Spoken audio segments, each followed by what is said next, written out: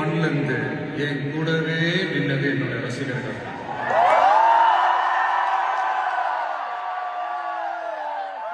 ஒரு நாள் 2 நாள் இல்லைங்க, கிட்டத்தட்ட ஒரு 30-33 வருஷத்துக்கு மேல என் கூடவே நின்றுக்கிறாங்க.